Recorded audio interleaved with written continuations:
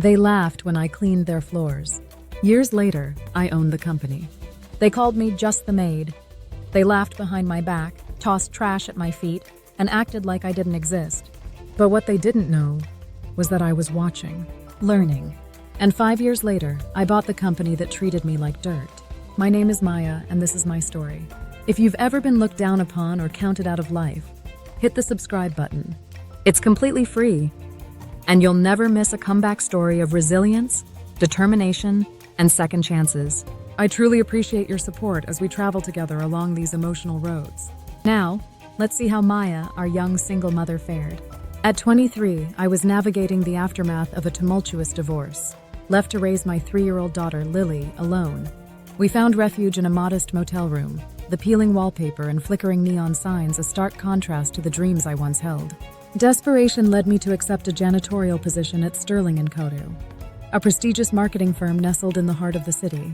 The grandeur of the office, with its towering glass windows and sleek design, stood in stark contrast to my humble role. Each evening, as the city lights shimmered, I would clock in, armed with cleaning supplies, ready to erase the traces of the day's corporate hustle. The employees of Sterling & Co. rarely acknowledged my presence. To them, I was part of the background, a mere fixture tasked with maintaining their pristine environment. Conversations would flow freely around me, as if my uniform rendered me invisible.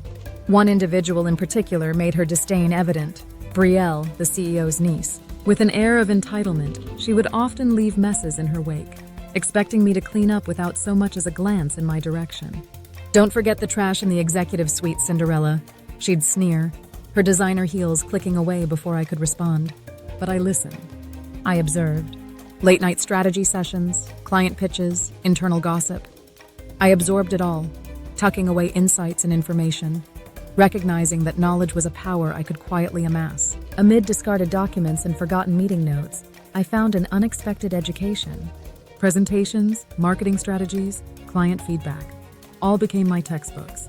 Words like brand positioning and market segmentation were foreign at first, but with Lily asleep beside me, I would delve into online resources. I would borrow books on consumer behavior, advertising principles, and business ethics, always returning them before anyone noticed. Each page turned was a step toward a future I was beginning to envision. A future where I wasn't just the janitor. Balancing work, self-education, and motherhood was an exhausting trifecta. There were nights when fatigue threatened to overwhelm me, when the weight of my circumstances felt unbearable. Lily's innocent laughter and unwavering trust became my anchor, reminding me of the purpose behind my perseverance. Interactions with Brielle intensified. She seemed to relish in belittling me, her comments growing sharper, her actions more dismissive. Yet I refused to be broken. Each insult, each act of degradation, fueled my determination to rise above the station they had confined me to. Fate intervened on a night that began like any other. While sanitizing the conference room, I overheard a heated phone conversation.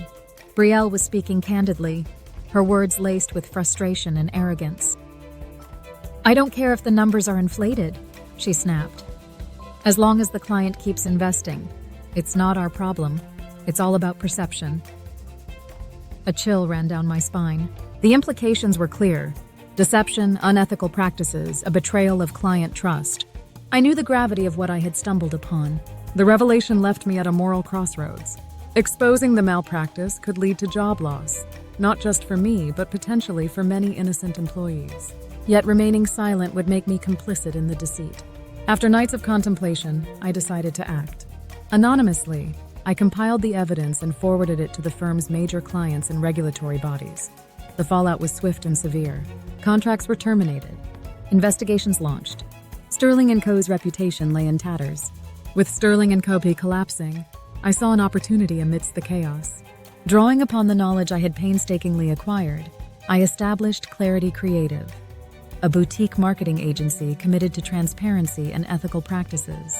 Clients, disillusioned by Sterling's deceit, sought out alternatives that prioritized integrity. Clarity Creative flourished, not overnight, but with grit, transparency, and honest results. We started in a borrowed office space with secondhand laptops and mismatched chairs. But what we lacked in resources, we made up for in passion. My first hires were women like me, mothers, underdogs, survivors. People who understood what it meant to build something from nothing. A year later, I received the call. Sterling & Co., the same company where I once scrubbed toilets and emptied trash cans, was filing for bankruptcy. Its brand was toxic, its staff demoralized, its leadership long gone. The building, the client list, the brand assets, all were being auctioned off. I didn't hesitate. I submitted a bid and won. Walking back into those glass doors felt like stepping into a memory. Only this time, I wasn't wearing a janitor's uniform. I wore confidence, ownership, purpose. The halls still echoed with the sound of clacking heels and muffled phone calls. But everything had changed. I passed by employees who once barely looked at me. Now they stood, offered handshakes, and called me Ms. Rivers. I didn't seek revenge. Instead, I made space for those who deserved second chances. The receptionist who had whispered thank you when I emptied her bin. The junior analyst who once apologized for a colleague's rude joke. I promoted them. And Brielle? She applied for a job. She didn't recognize my name on the listing. But when I saw her resume in the inbox, I paused. Then I closed the tab. I didn't need an apology. I didn't need to prove anything. I had already won. Today, Clarity Creative is one of the fastest growing firms in the region.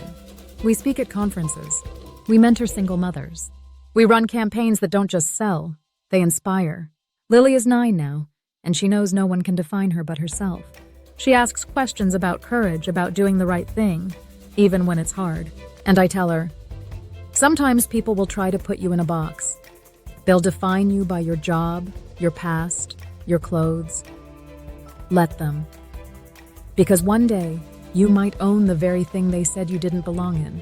If Maya's story touched you, inspired you, or reminded you of your own strength, subscribe now and join us at the Comeback Files. Every week, we share transformative stories, because your greatest comeback starts today.